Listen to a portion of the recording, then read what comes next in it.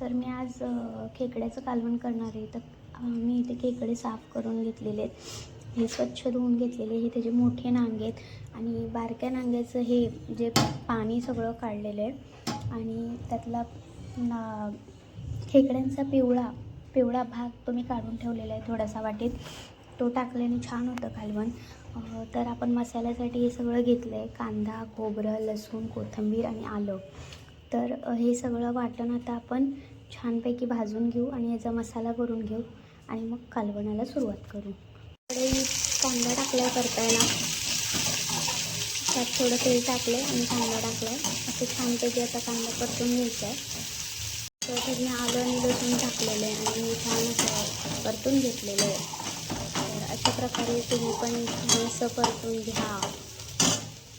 छान असं वाटण करून घेतलेलं आहे आणि गॅसवर तूप टाकाय ठेवलेलं आहे. आपण मीडियम फ्लेम गॅस ठेवायचा आहे आणि त्यात तेल टाकलेले आहे. मी तेलातच चटणी टाकते आहे. मला जसं तिखट लागतं तशा प्रकारेच तुम्ही टाका चटणी. आमच्या इथे थोडंसं तिखट लागतं त्यामुळे मी थोडंसं जास्त टाकते. आणि ही अंबारीची मिरची पावडर आहे तर ती थोडीशी मी कलरसाठी फक्त टाकते.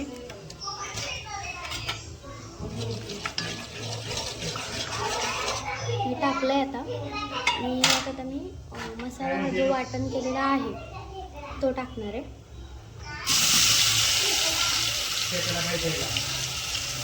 मसाला टाकला आहे त्यात आणि छानपैकी आता परतून घेणार आहे मी मसाला. तेल सुटेपर्यंत छान असा मसाला परतून घ्यायचा आहे तुम्हाला. छान असा मसाला मी चांगला भाजून घेतला आहे. कलर सुटला आहे, लाल रंग येईपर्यंत छान असा मसाला भाजून घेतला आणि हे जे आपण पिवळं काढलं होतं तेही आत टाकायचं आणि छान असं परतून घ्यायचं आपल्याला. मग अशी तेलातच टाकायला पाहिजे होतं, माझ्या लक्षात नाही. त्यामुळे आता मी मसाल्यात टाकले. काही नाही नंतर टाकलं तरीही चालतं, ते शिजून निघतं, त्यात काही प्रॉब्लेम नाही आहे. तर अशा प्रकारे छान असा मसाला भाजून घ्या. झालेलं आहे आणि आता आपण त्यात खेकडे सोडूयात. आपले जे खेकडे आहेत ते असे छानपैकी परतून घेऊया. सगळे टाकते मी यात. अशा प्रकारे छान असं याला परतून घेऊया. छान असं परतून घेतलेले खेकडे मसाल्यात. नांगे आणि जे वरचं जे आहे कवच ते छान असं परतून घेतलं आहे मी मसाल्यामध्ये.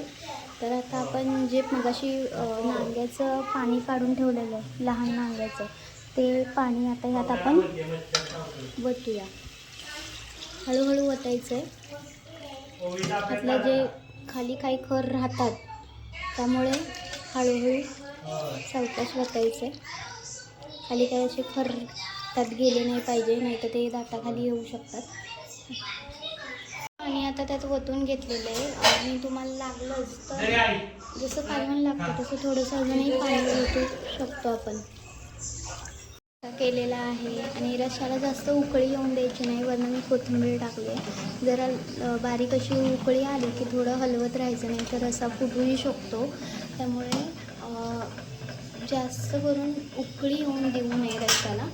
आता मी 10 ते 15 मिनटं जरा चांगलं शिजवून देणार आहे आणि मग बंद करणार आहे. मी बारीकच फ्लेम ठेवली, जास्त मोठी ठेवली नाही आहे. मोठी ठेवू नका, नाहीतर रस्सा फुटण्याची शक्यता असते.